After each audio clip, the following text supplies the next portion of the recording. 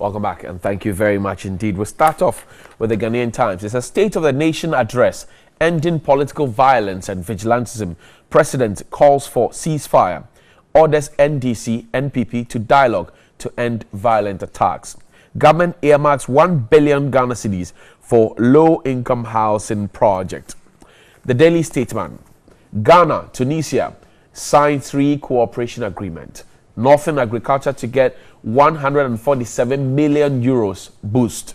Stop the violence. President rallies NDC MPP in passionate appeal for peace. And Mahama swoops to buy NDC delegates. 300,000 Ghana cedis for each regional chair. Juicy. The Independent newspaper. Nagrat attacks Akufo-Addo. Kicks against combination of subjects. NCC boss commends president for directive on party militia. And Akufo-Addo to make history. No more vigilantism in Ghana. President warns private militia warlords. And NDC flag bearer race. Unity is key to ensure NDC's victory in 2020. Koku Anyidoho sends an advisory note to all the aspirants. The Independent newspaper. Asking MPP NDC to deal with vigilantism is narrow approach. Professor John Gachi is the head of finance department of the University of Ghana. That's what he says. And indebtedness causing uninterrupted water supply services. Analysts. The Daily Graphic. Wisconsin UCC clash today in final of tertiary business sense challenge. New company takes over ECG February 27. Let's come together. And as a handshake, the president to the minority leader, the majority leader smiling along and the IGP watching on. Let's come together to stop vigilantism. President tags NPP, NDC. Minority welcomes president's call to disband vigilantes. And 5 defendants demand documents from Unibank's receiver. Finally, the Daily Guide. Let's crush vigilantism. Nana directs NPP, NDC. Economy in good shape. Jubilee going solar. And Akufo-Addo visits Bema camp today.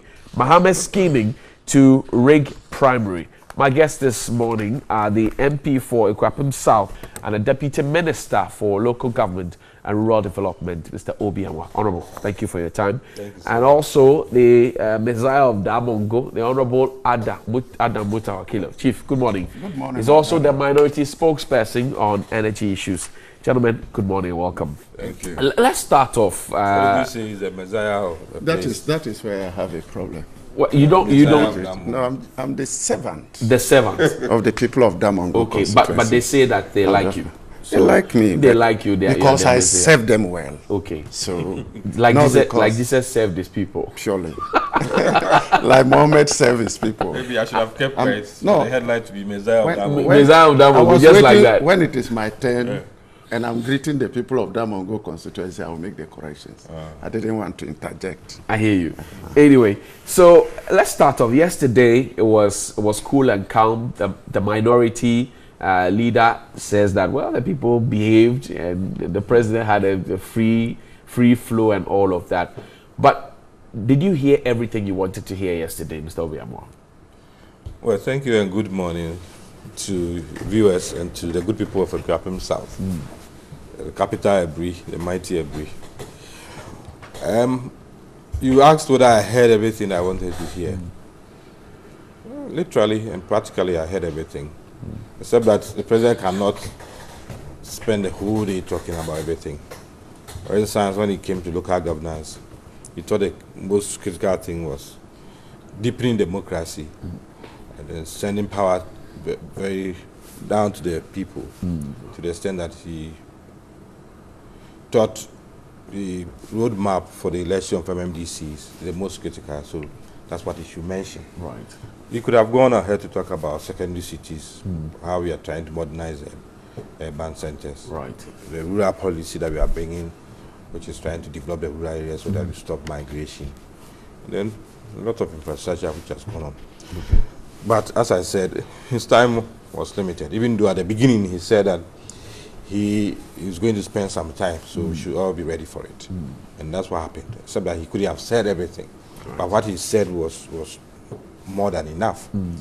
For instance, he started very well with Dabong, the peace dividend, right. Dabong, and ended very well with our security to the extent that he felt that parties should embark on voluntary disbandment of their so-called groups, and that if they don't, then there's no other option than to find special legislation for that purpose. Even though in our Criminal Offences Act, we have several provisions we can deal with some of these offences.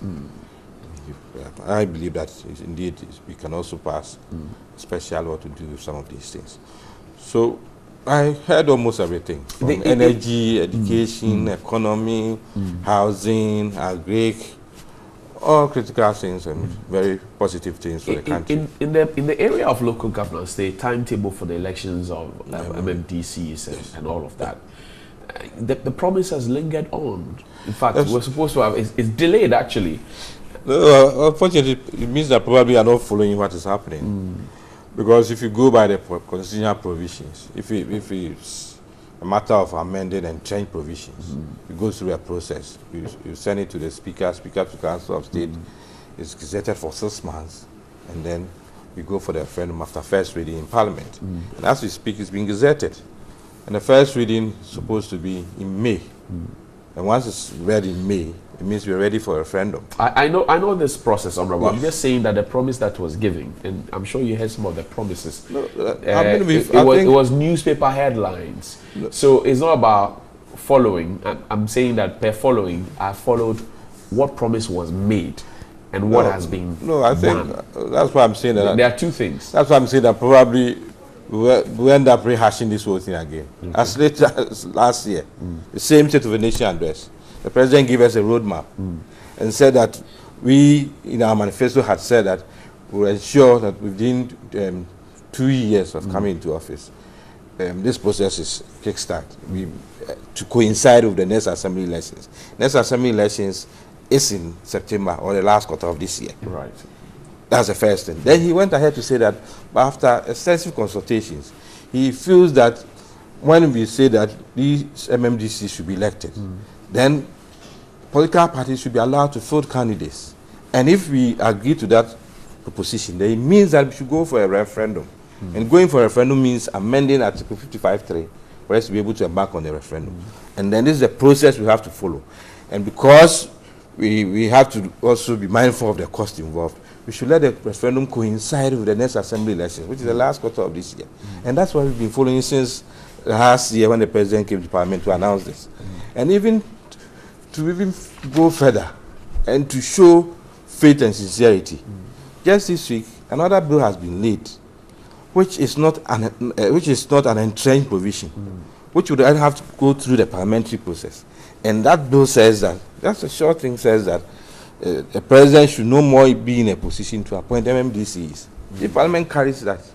It means that that provision would have been adhered to even before we go for the referendum. Okay. Yes, so we are really on course, and in fact, I would say that we are ahead of time. Okay. But as I said, very positive from the peace dividend in Gabon, which everybody is saying that. We'll come and talk about security issues shortly. Let me bring in Honorable Adam Mutawakilo. Did you hear what you wanted to hear? No. The President spoke about a lot of good things, I must say. But you were not satisfied. Thank you. I'm not. I want to say good morning to our cherished viewers, and more especially the good people of Damongo constituency, and particularly Honorable Alhaji Muniru Limuna, who we've worked together closely since Tuesday. Okay. I came to Accra yesterday because of the SONA, and I'll be going back this afternoon. Yeah, I want to just pick them, once you just highlight, I want to highlight the sectors. On Dagbon, we had peace, but it started 2000. After the medal of the Yana, under the MPP. By then, the President was the Attorney General and Minister of Justice. Subsequent presidents, the commission, the eminent chief was set up. Subsequent President Mills continued with it. President Mahama continued with it, and he came to finalize it. So one person cannot say, I have taken credit. Well, yesterday he said that no, he's not looking forward to taking credit to it. But he was clear on that. Let me come. I'm still going on. No, I'm just saying he was clear on that. I want to just put it clear. Okay. Anybody, I thought that his analysis would have been chronological. How each president, President Kufuor, President Mills, President Mama, had played significant role. But he said that at the coronation of the new year. Or he didn't. We are talking of state of the nation. We are talking of state of the nation. I'm listening to you. This is human mind. Yes. I'm listening to you. In terms of so what he said before is the economy. Okay. He made issues of growth, 2016 being 3.4, right. 2017 being 8.1, 2018 being 6. And that he had achieved so much. Yes. From here you realize that the growth of a country it fluctuates depending on the economic indicators. Right. That is why 8.1 in 2017 it has dropped, and it's expected to drop this year, 2019. So that tells you that the indicators of the economy dictates a lot. In 2016 we had petroleum prices being very low to 28 to 45, which plays a critical role. We have gold prices going down. We have challenges with electricity. Definitely you don't expect to have a massive boost in terms of it. And 2017-2016, if you look at the indicator, the actual contribution is from the oil, because oil prices had gone up far beyond the benchmark price. So that means if you look at it significantly, it is contribution of oil. 2, he talked about inflation, but he didn't talk about the effects. What is the effects of all these indicators you've spoken about? 1, general price level should be low. If that is not the case, go to the market and check. The cedi should be stable, because if you're talking of trade balances, that means we are getting more foreign exchange to our country than we spend. So we expect the exchange rate to be very stable, but that is not the case. So all what he has indicated has no reflection on the ordinary Ghanaian. 2, it takes time for it to show, that's it. It is an economic activity. Okay. So you don't do this before now materialize it. 2, he came to national health insurance. Right. And he was more of 70,000 paying the 1.2 billion, which he has said in 2018 that they had cleared and had repeated it over. The Pharmacists Association and the chemical stores said that some of them who the government owed in 2016 hadn't been paid, even though the president said they had paid it. And then he went ahead to talk about 70,000 people now renew their subscription every week. But he forgot to let Ghanaians know that between 2016 and 2018, the subscription dropped from 16 million people to 12 million. A difference of 4 million dropped out because they couldn't renew. And because so he should have... The scheme operators were owed money. That was the explanation. What I talk about renewal, my subscription has ended. Right. This month, I have the money. I want to renew. Okay, but for you cannot. Right. Because of logistic constraints. And that is why it has to drop by 4 million. And that is why the president refused to mention how many subscribers we have in the national health insurance. They had mentioned earlier, the president had mentioned earlier that some money was owed, which had weakened the scheme, and now the money has been paid, so the scheme is better now. Let's delink this thing. Yeah. Owing is when this government is leaving power in 2020, because it is accrual, some money will be owed. But this money that was owed was denied by your side, was it not? No, that is what I'm saying now. Amount being owed is usual, that every government, when you exit, because the accrual basis, you owe some money. But making sure that that scheme runs is another. That means making it possible for people to renew. They have their money, they want to renew.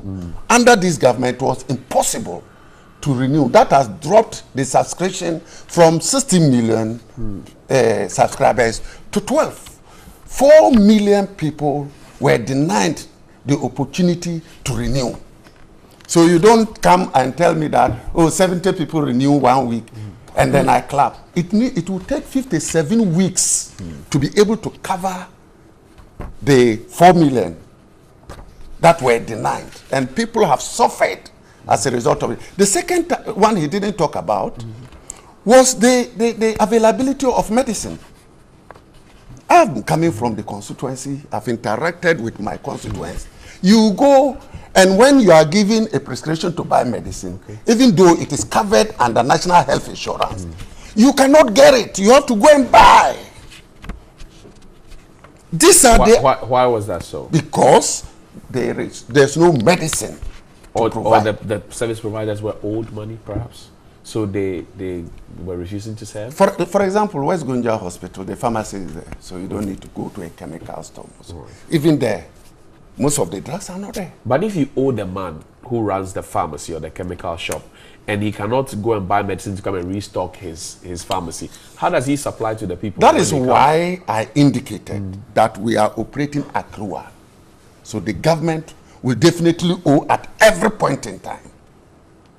That is why I'm coming. The third one, I was putting them, first of all, is the subscription, availability of that. And the third one is how frequent you are able to pay your liabilities. The president didn't. Because there are serious outstanding in terms of payment. And that is why President Mahama had indicated that if he had won, 1% of the oil revenue will be dedicated to ensuring the liquidity of the system. Now, when you come to energy, for that one, he just misfired. But I'm struggling to understand if there's a scheme that has X number of subscribers, and they are working, they are all paying to ensure that the money goes round, because we can't all be ill at the same time, okay, or we all don't get ill at the same time, because the Ghana Health Service says they are doing a lot of public education and all of that.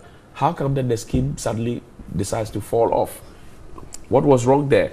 First, the auditor's report that came that said people had mismanaged funds and all of that, is that the case? Is one of settings when the little resources that come is not properly applied. Okay. And the Auditor General had raised issues in respect to that. The second one is priority. Okay. If the National Health Insurance is more prioritizing in undertaking infrastructure, instead of making sure that the necessary medicine is made available and the necessary payments are made, that is where we have a problem. That is why we have a problem. Okay. Energy, the president is fired on energy. We'll talk about energy. Let's Honorable Obiamah respond to some of the questions you have raised. So, Honorable, he's talking about the fact that there's an accrual. 4 million people were denied resubscription, and the fact that the president has not spoken about how to pay the people. Medicines are not available, and many others. Thank you. What do you say? I'm glad you raised certain questions, which more or less put him on the spot, and then corrected some of the statements he was making. And indeed, whether we like it or not, we inherited 1.2 billion. And the 1.2 billion wasn't for just a quarter. It had been in arrears for a long time. Some of us in Parliament, the then health ministers will come and tell us the state of it, and even how they thought that the whole scheme was collapsing, and how they said we should all find a way of bringing this up. Thankfully, we've come in, we've cleared the arrears, everything is on course. We try as much as possible to revive this whole thing. So the major issue now is National Health Insurance better off or worse off? Right. Is National Health Insurance collapsing, or is it being revived? The figures and everything show that, I mean, if you owe providers this kind of money, you go, they will tell you you are no more interested in National Health Insurance. It became more or less cash and carry. When they were leaving office, it was cash and carry.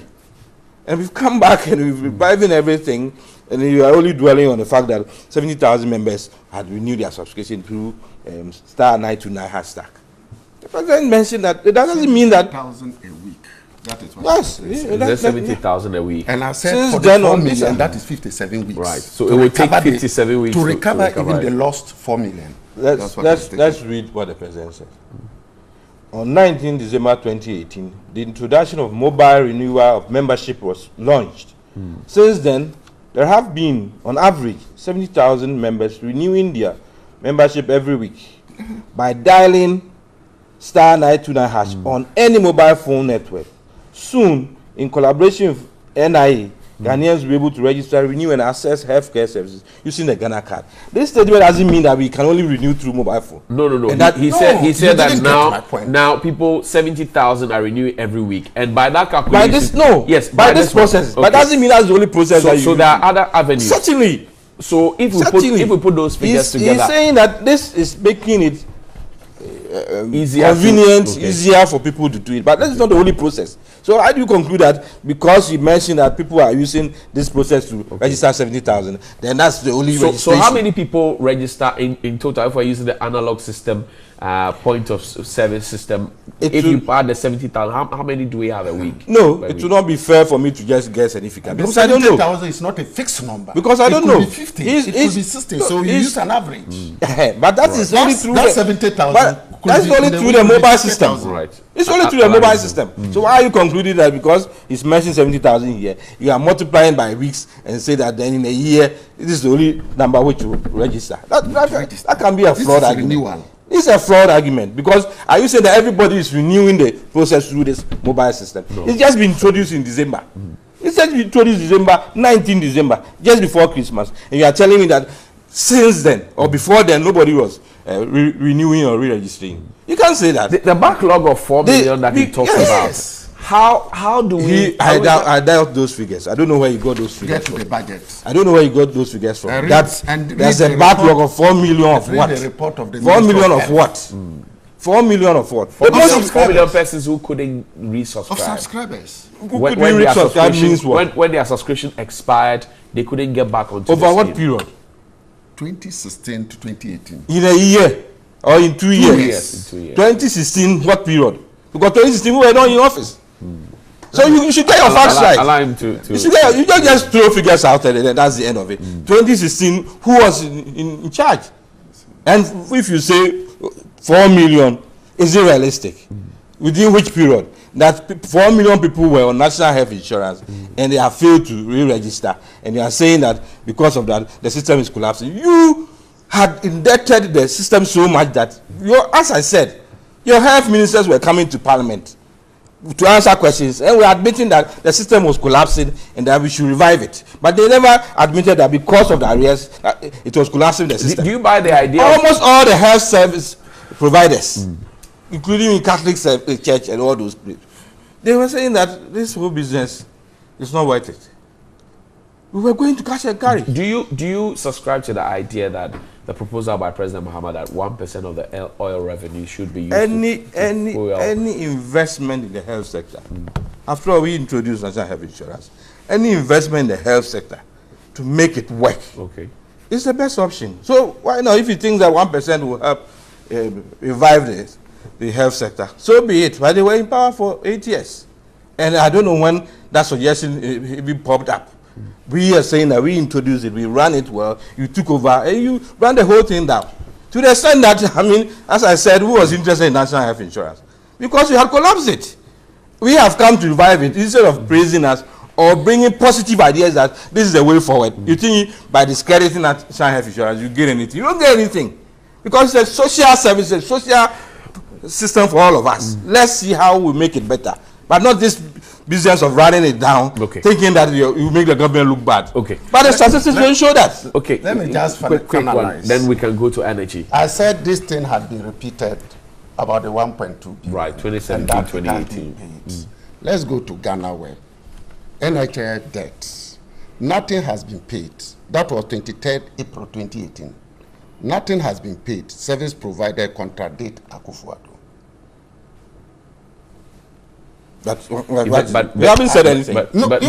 So what's the point? I made my first statement by saying that this issue of 1.2 has been 2017. Right. It has been repeated 2018. And service providers, pharmacies have raised issues. It's not true.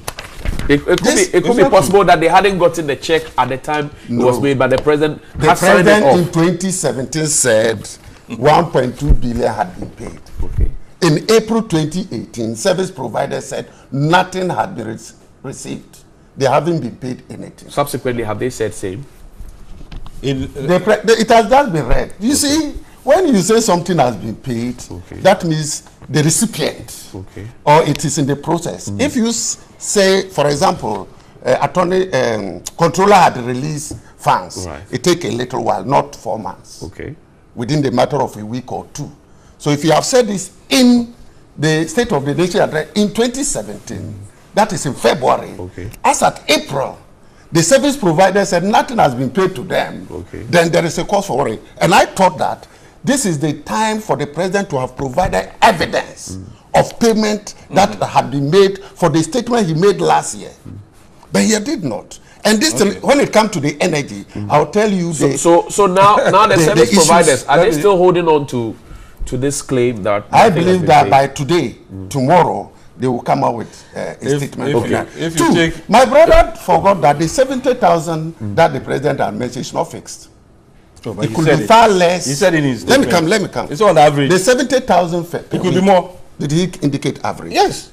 Let's read it. Since then, there have been, on average, 70,000 members renewing their membership by dialing. By what I'm saying, it will never be this. So it could be average, could be more. It could be more or less. And far less. So that's a median. Now, when I analyze, I don't think we should be arguing about analyze this based on the 4 million. If you have a subscription of 16 million at the end of 2016, so the 2016, I'm making reference to 2016, and it dropped to 12 million at the end of 2018, you don't talk of improving the service.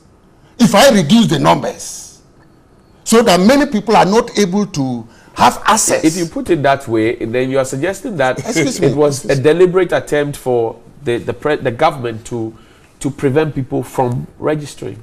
They just want, what I'm indicating, that they didn't have logistics. They couldn't get money to even buy the logistics. Which was as a result of the debt that was owed them. It's not about that. We must know that a system ran because people register and they pay. You do your planning using it to get more people to join. Debt owed cannot prevent you from doing your normal duties. Thank you. Let's move to energy. No, I need to respond to that. I mean, I'm surprised that we are dwelling so much on these. Well, let's move away. You're talking about April 2018, but go and look at the 2019 budget. The 2019 budget stated that in 2018, the total transfer to all statutory funds amounted to 10.9 billion, and then they've gone down to list how payments were made, including National Health Fund. So, what are you telling me? If you are saying that in 2017, the president said that it had been paid. We had paid. And then you said subsequently the providers came that nothing has hit the account. And I'm saying that then beyond the time that they made that statement, what has happened? You have not been able to say you see the inconsistency. Why is the inconsistency? Please. Why is the inconsistency? Please. Gentlemen, we need to go on. We can't spend the whole time on NHI. I think that the points have been made. Tell you that I paid you. The points have been made. You said you didn't say that. The points have been made. Now, there's one thing that caught my attention, Honorable, and I'll ask you. On job creation, the president spoke about the fact that the macro indicators are good. Everybody agrees to it, but he didn't tell us how many jobs have been created. Do you find that worrying? Not at all. Why not? Because if you talk about jobs, we have the formal and informal sector. And we all know that for the formal sector, for instance, if you talk of NAPCO, as many as 100,000 were brought on board. And that's a fact. Beyond that, those who have been employed in the public service, like the civil service, local government service, all those are facts. And indeed, if you look at what the president put out, apart from the former public sector, he was also talking about the private sector, where people are giving startups to be able to provide their own basis for bringing out businesses, etc., etc. If the president comes to say that I've created 1 million jobs, everybody say, hey, prove it. Where did the 1 million jobs come from? But he has broken it down to the public service, the private sector, and efforts being made to even increase this kind of. So how come it doesn't have a register of the jobs that have been added? Some 745,000 jobs were told by the agric minister have been created in the agric sector. So if that's the aspect, we could say, okay, in the energy sector, this is how much we created. Education sector, in that sense, you're rather saying that I wanted to hear this, I didn't hear it, so it doesn't exist. No, I'm just asking. Some of the facts and figures are already in the budget. He doesn't need to repeat them. You understand? Some of the facts and figures are already in the budget. What he felt. So how many jobs have been created? Do we know? I will not sit here to tell you that we've created 1 million jobs. Okay. Because every sector keeps employing, then we update it. Okay. I will not sit here. But I told you that even at least for NAPCO, I know this is how many were brought on board. Okay. For local government service, I can say that 3,000. Okay. For Office of Head of Civil Service, I can say that 5,000. So it should be easier for the statistical service. That's what yes, of course they will have the figures. Ministry of Employment will have the figures. But the fact that the president didn't mention it here doesn't mean that we don't have these institutions who are collating these figures. You understand? Adam, the president spoke by touching from sector to sector. He spoke about local government, he spoke about energy, he spoke about agri. The Ministry of Employment and Labor Relations is a critical factor, especially when the issue of employment was used by this government in the 2016 campaign, where the president made it categorically. He is not coming to create public sector job. He wants to stimulate the private sector to create job. So we expected that should be one of the cardinal sectors the president will touch on. Unfortunately, in terms of employment, you are not in parliament. And this is the document. Please. These are the figures. Please. But no, I cannot let you go on to say that the president didn't touch on. Have I finished? No, you said he didn't touch on. What is the full statement? And these are the figures here. I don't have this statement. I mean, we all printed it from social media. No, I don't have this statement. You don't have it? No. Yes, but the print is available. The print is available. If you don't have it, then why are you arguing? Okay, please. Hold on. The president went ahead to tackle employment in the health sector. And that 4,428 nurses who had completed 2016 were engaged in February 2018. This morning, the Coalition of Allied Nurses issued a statement debunking that figure that the president gave. So you should believe them.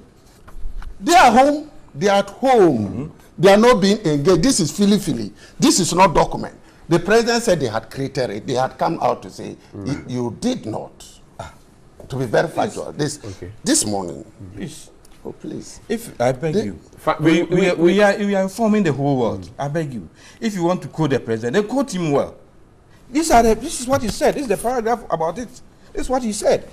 To deliver health care to Ghanaians more efficiently in 2018, government granted financial clearance for the recruitment of 11,118 health personnel to increase existing clinical staff.